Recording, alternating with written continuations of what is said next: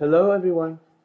In this video, I will address the following topic, which is the frequency of variation form in Beethoven's work. Within this presentation, we will list a few examples of pieces with the use of variation form, explain why the frequency of variations in Beethoven's compositions is logically natural by exploring the relationship between variation and sonata form. Beside the theoretical approach, we will also examine Haydn's influence on Beethoven. Lastly, we will mention one perhaps comparatively extraneous factor, which is cultural influence.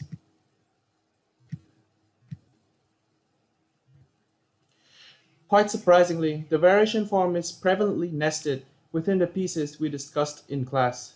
To start with, Beethoven's compositions include pure variations, the most well-known of which is clearly the Diabelli Variations, composed in 1825.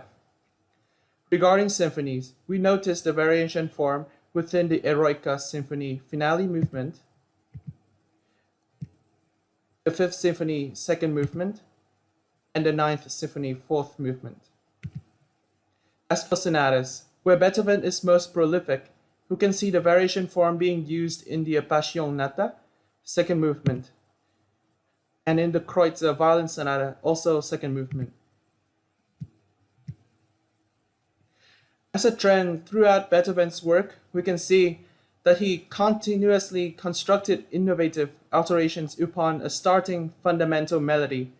Subsequently, the frequency of the variations form can be tied to the fact that it shares the same idea of the sonata form, which is, of course, revolving around the main theme. This is the main skeleton of the sonata form: exposition, development, recapitulation. As you can see, even in the development section, where there is most harmonic and melodic divergence, material from the exposition is consistently recycled. Therefore, the presence of the main theme is felt throughout the piece. As for the variation form, it follows the same concept almost by definition. As such, Beethoven's works can thus be viewed as generally variational with respect to a basic melody. Of course, there are exceptions, like the Tempest Sonata.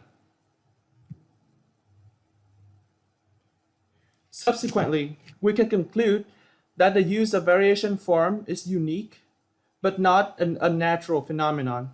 Of course, it is unique in the fact that the variation form is used within other forms, such as the sonata form. However, based on this very relationship, it is logically natural that if the sonata form is used so much, we can expect the variation form to also be utilized frequently. In fact, this form appears in 60 of Beethoven's compositions.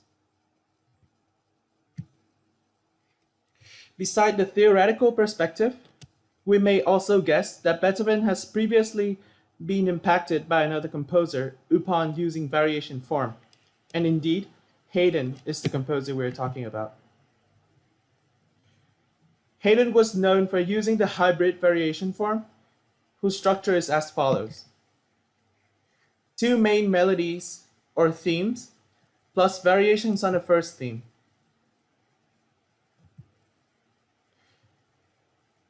Haydn composed 17 symphonies using HVF or hybrid variational form, 13 of which occur in the finale and second movements.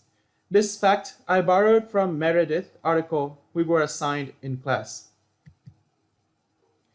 Looking at Beethoven's third, fifth, and ninth symphonies, we can see that the variation form is at exactly the same places, namely the second and last movements. Therefore, we have the reason to believe that this is of no coincidence. If we look at the fifth symphonies, there's also variation on the second theme.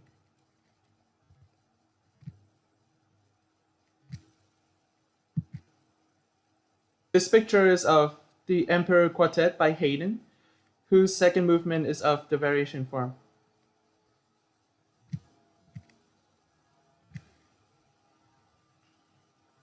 Lastly, cultural factors may have had an effect on Beethoven. From Hado's article named Variation Form, I get to know that variations are very respected and favored among the Viennese people. Therefore, possibly being influenced by the common likings at the time, Beethoven has all the opportunity to switch between sonata and variation form, which with much approval from his colleagues and enthusiasts.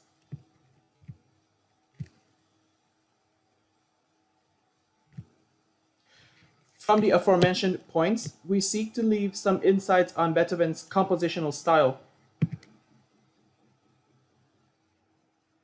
Firstly, at the heart of Beethoven's work is a mixture of creativity and structural rigidity, which very much signifies the classical period in which he lived and worked.